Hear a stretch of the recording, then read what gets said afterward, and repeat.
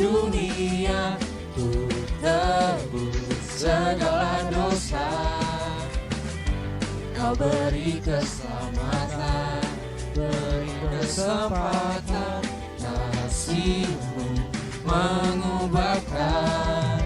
Jika ku akui semua dosaku, maka Kau adalah setia dan adil. Kau akan mengampuni dan sucikan dari segala yang jahat. Tak mau ku hidup bagi dunia ini lagi, tak ingin kompromi, tak ingin lakukan hal yang dapat dekatkan hati-Mu. Tak mau ku hidup di luar tutup kata firman-Mu, yang telah bebaskanku. Yesus, kebenaran-Mu adalah pilihanku.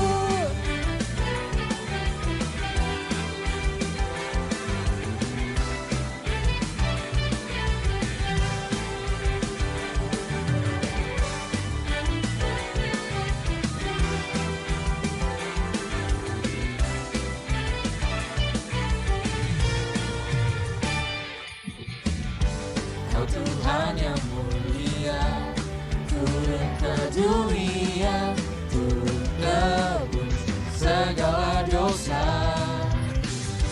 Kau beri keselamatan, beri kesempatan, kasih-Mu mengubahkan.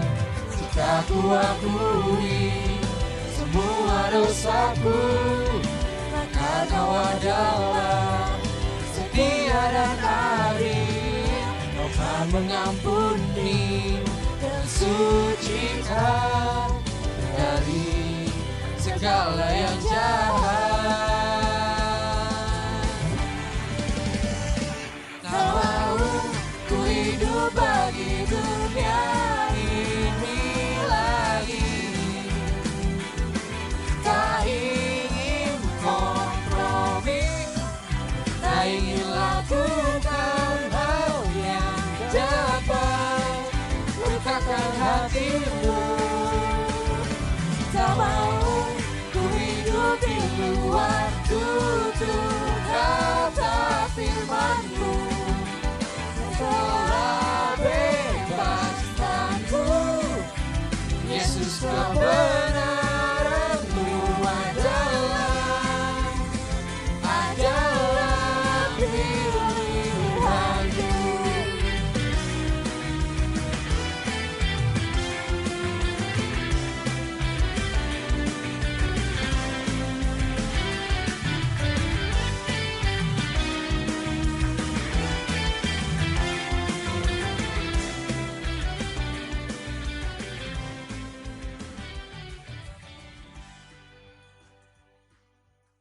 Haleluya, selamat malam.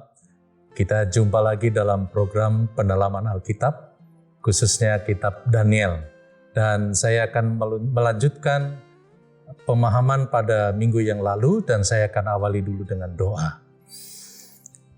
Bapa di surga, Bapa yang kami puji dan sembah dalam nama Tuhan Yesus Kristus, kami mengucap syukur dan terima kasih Tuhan kepadamu, kalau pada malam hari ini Tuhan beri lagi kepada kami kesehatan dan kesempatan untuk kami belajar dari kitab Daniel. Tuhan, Engkau membukakan rahasia kebenaran firman-Mu dan memberikan pengurapan bagi kami hamba-Mu dan bagi siapapun yang mengikuti program ini. Biarlah kami boleh diberkati melalui pemahaman Alkitab ini, dan kami percaya Roh Kudus akan bekerja melalui kami. Terima kasih Tuhan, kami akan mulaikan di dalam nama Tuhan Yesus Kristus. Haleluya. Amin. Nah, puji Tuhan, pada minggu yang lalu kita sudah sampai kepada Daniel 9 ayat yang ke-26, dan saya sudah menjelaskan mengenai 4 dekrit atau perintah, yaitu yang pertama dari Raja Sirus atau Raja Kores. Saat itu ada 50.000 orang Yahudi yang kembali ke tanah Yudea. Dan dekrit yang kedua adalah dari Raja Darius untuk menguatkan dekrit raja yang sebelumnya, yaitu ada ajakan agar orang Yahudi membangun Yerusalem. Dan dekrit yang ketiga adalah Raja Artasasta. Yang pertama, perintah untuk memberikan korban sukarela dengan pembangunan Bait Allah di Yerusalem. Jadi melalui Raja Artasasta menghimbau kepada seluruh rakyat Yerusalem, seluruh rakyat Israel, bangsa Israel untuk memberikan persembahan sukarela ya untuk pembangunan Bait Allah. Lalu yang keempat yaitu Raja Artasasta II. Itu mengajak orang Yahudi untuk kembali membangun Bait Allah, ya, bahkan secara keseluruhan dibangun sampai ke jalan-jalan. Semuanya harus diupayakan untuk dibangun, ya. Dan sebelum sampai kepada orang yang diurapi, yaitu Yesus, terdapat 2 fase penting. Fase pertama yaitu 7 kali 7 minggu, dan dalam nubuatan kita ingat 1 hari sama dengan 1 tahun, ya, sehingga 7 kali 7 masa atau 7 minggu berarti 49 hari dan berarti 49 tahun.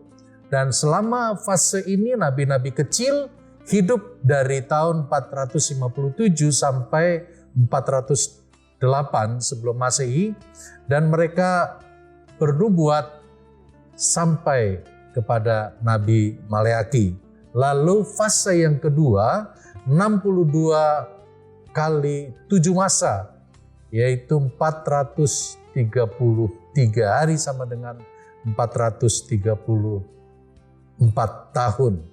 Dan fase ini adalah fase sunyi, di mana Allah tidak berfirman, ya. Jadi cukup lama umat Allah tidak mendengarkan firman. Allah hanya berbicara secara pribadi, ya, misalnya seperti kepada malaikat Gabriel, kepada Maria, kepada Yusuf, dan gembala-gembala. Allah mulai berbicara melalui pengantara nabi, yaitu melalui Yohanes Pembaptis di padang gurun. Ya. Kita tahu Yesus dilahirkan pada 4 sebelum Masehi, dan ia mulai bekerja pada umur 30 tahun. Ia dibaptis juga tepat pada umur 30 tahun. Artinya itu dianggap sebagai usia dewasa. Dalam Lukas 3 ayat yang ke-23, ketika Yesus memulai pekerjaannya, ia berumur kira-kira 30 tahun. Dan menurut anggapan orang, ia adalah anak Yusuf, anak Eli. Ya. Jadi saudara-saudara yang saya kasih dalam Tuhan, apa yang dikerjakan oleh Yesus itu menggenapi hukum Taurat. Ya, menggenapi hukum Taurat. Karena menurut Taurat, seorang boleh menerima jabatan pada usia 30 tahun. Ya. Dalam Bilangan 4 ayat yang ke-35, yakni orang-orang yang berumur 30 tahun ke atas sampai yang berumur 50 tahun, setiap orang yang kena wajib tugas berhubung dengan pekerjaan jabatan di kemah pertemuan. Ya, jadi di kemah pertemuan hanya orang yang 30 tahun ke atas yang boleh mendapatkan tugas atau jabatan di dalam pelayanan. Nah, pada hari ini, malam hari ini, kita akan sampai kepada poin yang kedua, di mana Raja Mesias disingkirkan. Ya. Dan itu dinubuatkan di dalam kitab Daniel 9 ayat yang ke-26 bagian A. Ya. Inilah yang sering saya katakan bahwa kitab Daniel itu memuat, ya, dari perjanjian lama, perjanjian baru, bahkan tentang Yesus itu pun sudah dinubuatkan oleh kitab Daniel, ya. Poin yang kedua, Raja Mesias disingkirkan. Dalam Daniel pasal 26 ayat A berbunyi demikian. Sesudah ke-62 kali 7 masa, akan disingkirkan seorang yang telah diurapi, padahal tidak ada salahnya apa-apa. Ya, ini jelas ini mengarah kepada Yesus yang tidak ada salahnya apa-apa. Ya, dialah yang diurapi, ya. Dan Daniel melihat itu setelah 62 kali 7 masa. Ya. Jadi setelah 62 kali 7 masa akan disingkirkan orang yang diurapi. Ya. Jadi kalau kita memasuki ini, kita berada pada fase yang baru di mana yang diurapi akan disingkirkan, padahal tidak berbuat salah apa-apa. Ya, kata disingkirkan artinya dipotong, ditebang. Ya, dan ini lebih jelas lagi menggambarkan tentang peristiwa penyaliban Yesus. Ya, dan Daniel mulai melihat pribadi Yesus setelah 62 minggu.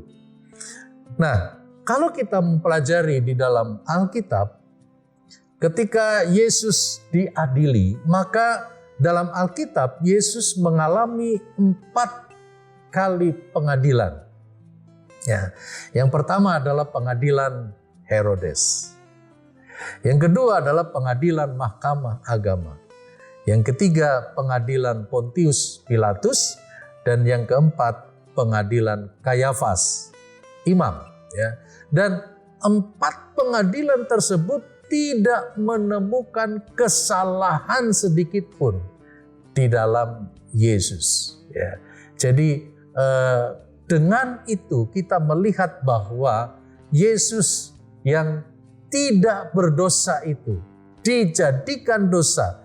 Dia mati di kayu salib untuk menebus dosa umat manusia yang percaya kepadanya. Ya, bersyukur kalau kita adalah bagian dari orang yang percaya kepadanya, sehingga kita meyakini kehidupan kita sudah ditebus oleh pengorbanan Yesus di kayu salib, pengorbanan yang luar biasa karena dia tidak berbuat salah sedikit pun. Ya. Puji Tuhan. Nah, kalau kita melihat di dunia, Yesus bekerja atau pelayanan penuh selama 3,5 tahun. Ya, dia 3,5 tahun ya, pelayanan secara penuh. Ada beberapa bukti yang menunjukkan bahwa Yesus bekerja 3,5 tahun. Ya, diceritakan melalui sebuah perumpamaan. Yang pertama kita melihat di dalam Injil Lukas pasal 13, kalau kita baca ayat 6 sampai kepada ayat yang ke-9, ayat itu berbunyi demikian. Lalu Yesus mengatakan perumpamaan ini. Seorang mempunyai pohon ara yang tumbuh di kebun anggurnya, dan ia datang untuk mencari buah pohon pada pohon itu. Tetapi ia tidak menemukannya. Ayat 7. Lalu ia berkata kepada pengurus kebun anggur itu, sudah 3 tahun aku datang mencari buah pohon ara ini dan aku tidak menemukannya. Tebanglah pohon ini. Untuk apa ia hidup di tanah ini dengan percuma? Ayat 8, jawab orang itu, Tuhan, biarkanlah dia tumbuh tahun ini lagi.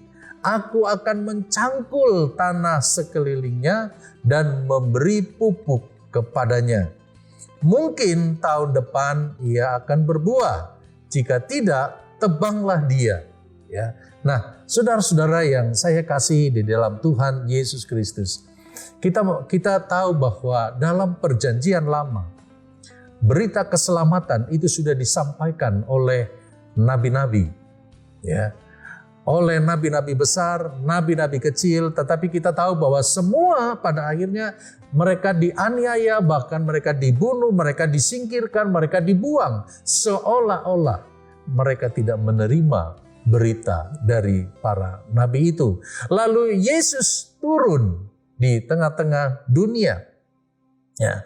Nah, dalam perumpamaan ini, gambaran 3 tahun setengah Yesus bekerja, ya, seolah-olah dia minta waktu lagi beberapa saat. Ya, kalau tadi dikatakan sudah 3 tahun aku datang dan mencari buah pohon ara ini, tetapi tidak ada buahnya. Ya, minta waktu lagi. Nah, kesempatan, saudara-saudara yang saya kasihi, di dalam Yesus Kristus kita mendapatkan anugerah, ya, kepada siapa yang percaya, ya. Hidup ini adalah merupakan kesempatan untuk siapa saja yang mau menerima kebenaran, yang mau menerima kabar baik yang disampaikan oleh Yesus Kristus, ya, itu akan mendapat kehidupan yang kekal, ya. Jadi waktunya tidak lama bagi Yesus, cuma 3 tahun setengah, ya. Dan yang kedua, kita melihat di dalam Yohanes pasal 2 ayat 1. Pada hari ketiga ada perkawinan di Kana yang di Galilea dan ibu Yesus ada di situ. Dan ini adalah merupakan pelayanan Yesus yang pertama di Kana, ya, di mana sedang diadakan pesta perkawinan. Nah, itulah yang pertama-tama Yesus melakukan pelayanan di sana. Nubuat mujizat yang pertama terjadi di sana, ya. Dalam Yohanes 2 ayat yang ke-13, ketika hari raya Paskah orang Yahudi sudah dekat, Yesus berangkat ke Yerusalem, ya. Di sana tidak ada nilai rohaninya, ya, hanya berisi peraturan belaka, ya, peraturan atau perayaan-perayaan. Dalam Yohanes 5 ayat 1, sesudah itu ada hari raya orang Yahudi dan Yesus berangkat ke Yerusalem. Ya. Ini juga sama, hari raya Paskah orang Yahudi merupakan perayaan yang kedua. Dan Yohanes 6 ayat yang keempat, dan Paskah hari raya orang Yahudi sudah dekat. Ya. Ini merupakan perayaan ketiga. Lalu Yohanes 13 ayat 1 berkata demikian. Sementara itu, sebelum hari raya Paskah mulai, Yesus telah tahu bahwa saatnya sudah tiba untuk beralih dari dunia ini kepada Bapa. Sama seperti Ia senantiasa mengasihi murid-muridnya, demikianlah sekarang Ia mengasihi mereka sampai kepada kesudahannya.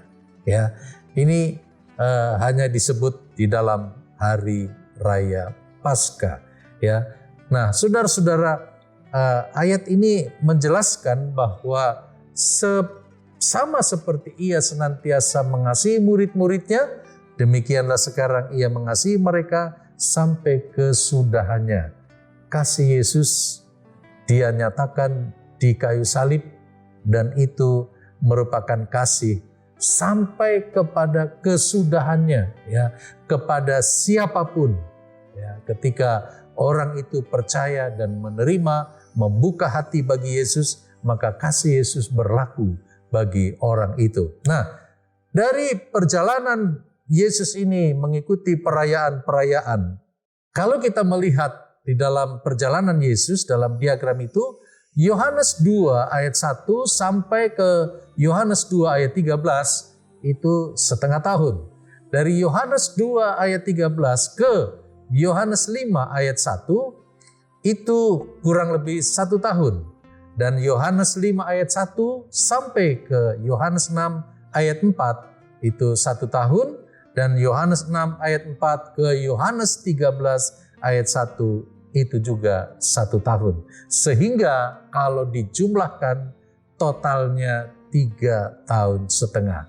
Ya, jadi hanya kurang lebih 3 tahun setengah Yesus melakukan pelayanan. Daniel pasal 9 ayat yang ke-26 bahwa setelah 62 kali 7 masa Mesias dipotong, disalib, disingkirkan. Ya, itu menggambarkan bahwa setelah Yesus diurapi di Sungai Yordan, 3,5 tahun kemudian ia disalibkan. Dan itu dijelaskan di dalam Daniel 9 ayat yang ke-27. Ya, penjelasan apa yang terjadi di pertengahan minggu. Ya, artinya 1 minggu dibagi 2. Dalam Daniel 9 ayat 27 berkata begini, raja itu akan membuat perjanjian itu menjadi berat bagi banyak orang selama 1 kali 7 masa. Perhatikan, pada pertengahan 7 masa itu, ya, pada pertengahan 7 masa itu artinya 1 minggu dibagi 2, itu ia akan menghentikan korban sembelihan dan korban santapan. Dan di atas sayap kekejian akan datang yang membinasakan sampai pemusnahan yang telah ditetapkan menimpa yang membinasakan itu. Jadi kalau kita perhatikan ayat yang ke-26 dan ayat yang ke-27 itu saling memberikan jawaban. Ya, ayat 27 memberikan penjelasan tentang ayat yang ke-26. Ya. Nah, pengertian pada pertengahan 7 masa dihentikan korban sembelihan. Ya.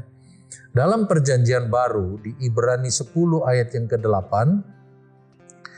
berkata begini, di atas ia berkata, korban dan persembahan, korban bakaran dan korban penghapus dosa tidak engkau kehendaki dan engkau tidak berkenan kepadanya, meskipun dipersembahkan menurut hukum Taurat. Artinya apa, saudara? Bahwa setelah Yesus disalibkan itu menggantikan korban di dalam hukum Taurat. Ya. Sejak saat itu, ketika orang mempersembahkan korban secara hukum Taurat, maka itu adalah merupakan kekejian bagi Tuhan. Artinya bahwa korban buatan manusia adalah penghinaan terhadap salib. Karena dikatakan bahwa sejak saat itu, ya tadi dalam ayat yang ke-27, pada pertengahan 7 minggu ia akan menghentikan korban sembelihan. Ya, jadi melalui kematian Yesus itu stop korban penghapus dosa berupa binatang. Ya. Nah, ini yang seringkali orang mengartikan bahwa setelah kematian Yesus tidak perlu ada korban-korban yang lain. Ya. Tapi yang dimaksud di sini adalah korban penebus dosa, korban penyembelihan binatang. Ya, itu yang tidak diperbolehkan lagi. Ya. Nah, lalu pada poin yang ketiga, pemusnahan kota dan tempat kudus. Ya, saya akan menyelesaikan ini karena ini masih dalam sambungan ayat Daniel pasal 9 ayat 26 bagian B. Ya, tadi saya sudah terangkan mengenai 26 bagian A, dan ini pemusnahan kota dan tempat kudus itu ditulis dalam Daniel 9 ayat 26 bagian B. Berkata begini, maka datanglah rakyat seorang raja memusnahkan kota dan tempat kudus itu, tetapi raja itu akan menemui ajalnya dalam air bah. Dan sampai pada akhir zaman akan ada peperangan dan pemusnahan seperti yang telah ditetapkan. Ya. Di sana dikatakan bahwa maka datanglah rakyat seorang raja. Siapakah pemusnah itu? Ya. Yang akan memusnahkan kota dan tempat kudus adalah Jenderal Titus. Ya, seorang raja, Jenderal Titus. Ya, pada tahun 70 Jenderal Titus mengadakan penyerangan untuk memusnahkan Yerusalem. Ya, Jenderal Titus adalah keturunan Yahudi. Ya, dan Jauh-jauh hari sebelum Yerusalem dihancurkan, Yesus pun pernah memperingatkan Yerusalem. Ya, jadi Yesus selalu menyampaikan sesuatu yang belum terjadi. Dalam Injil Lukas pasal 21 ayat yang ke-20. Apabila kamu melihat Yerusalem dikepung oleh tentara-tentara, ketahuilah bahwa keruntuhannya sudah dekat. Ayat 21. Pada waktu itu orang-orang yang berada di Yudea harus melarikan diri ke pegunungan, dan orang-orang yang berada di dalam kota harus mengungsi, dan orang-orang yang berada di pedusunan jangan masuk lagi ke dalam kota. Sebab itulah masa pembalasan di mana akan genap semua yang ada tertulis. Ayat 23, celakalah ibu-ibu yang sedang hamil atau yang menyusukan bayi pada masa itu, sebab akan datang kesesakan yang dahsyat atas seluruh negeri dan murka atas bangsa ini. Dan mereka, ayat 24, dan mereka akan tewas oleh mata pedang dan dibawa sebagai tawanan ke segala bangsa. Dan Yerusalem akan diinjak-injak oleh bangsa-bangsa yang tidak mengenal Allah, sampai genaplah zaman bangsa-bangsa itu. Ya, jadi saudara-saudara yang saya kasih di dalam Tuhan Yesus Kristus, 4 tahun sebelum penyerangan Jenderal Titus, Vespasianus, ayah dari Jenderal Titus yang kemudian menjadi kaisar di Roma, mengadakan pengepungan di Yudea, ya, sehingga terjadi pengungsian besar-besaran, dan hal itu membuat Jenderal Titus lebih mudah melakukan penyerbuan, ya, dan yang meninggal dikatakan kurang lebih 1 juta orang, ya, menurut Yosefus, ya. Jadi inilah pemusnahan kota dan tempat kudus. Begitu mengerikan apa yang dilakukan oleh Jenderal Titus. Tetapi sebelumnya Yesus sudah mengingatkan, ya, ada firman bicara mengenai tentang Yerusalem. Ya, jadi saya percaya saudara-saudara yang saya kasih di dalam Tuhan, sampai hari ini Allah yang sama yang kita sembah di dalam Yesus, Dia sudah banyak berbicara mengenai firman Tuhan yang mengingatkan kita menjelang akhir zaman. Supaya kita tetap waspada, supaya kita tetap berjaga-jaga, supaya kita tidak bergeser dari kebenaran firman Tuhan, supaya kita tidak keluar dari anugerah Allah, dari pagar anugerah Allah, sehingga kita pada akhirnya akan disingkirkan, kita pada akhirnya akan diselamatkan, ya. Dan saya percaya saudara-saudara, melalui pendalaman Alkitab pada malam hari ini mengingatkan juga kepada kita. Mari kita mau tetap berada di dalam Yesus. Apapun yang terjadi, seberat apapun masalah yang kita pikul, kita mau tetap berada di dalam Yesus. Karena kita tahu bahwa di dalam Yesus ada jalan keluar. Di dalam Yesus ada pertolongan.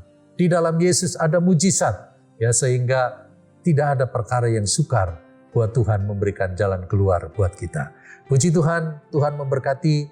Malam hari ini saya akhiri sampai di sini dan saya akan akhiri dengan doa.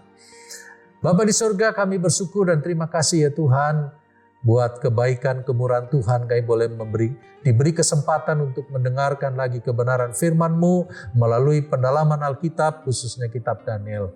Tanamkan itu dalam hati kami, dalam hidup kami, supaya kami tetap berada di dalam Tuhan. Kami meyakini Tuhan sebagai Tuhan dan Juru Selamat kami yang selalu akan ada dan selalu memberikan pertolongan dalam setiap kehidupan kami. Terima kasih Tuhan, biarlah kehidupan kami selalu ada di dalam Tuhan. Tuhan menyertai kami mulai saat ini dan seterusnya. Dalam nama Tuhan Yesus Kristus, kami sudah berdoa dan mengucap syukur. Haleluya. Amin. Puji Tuhan, Tuhan memberkati.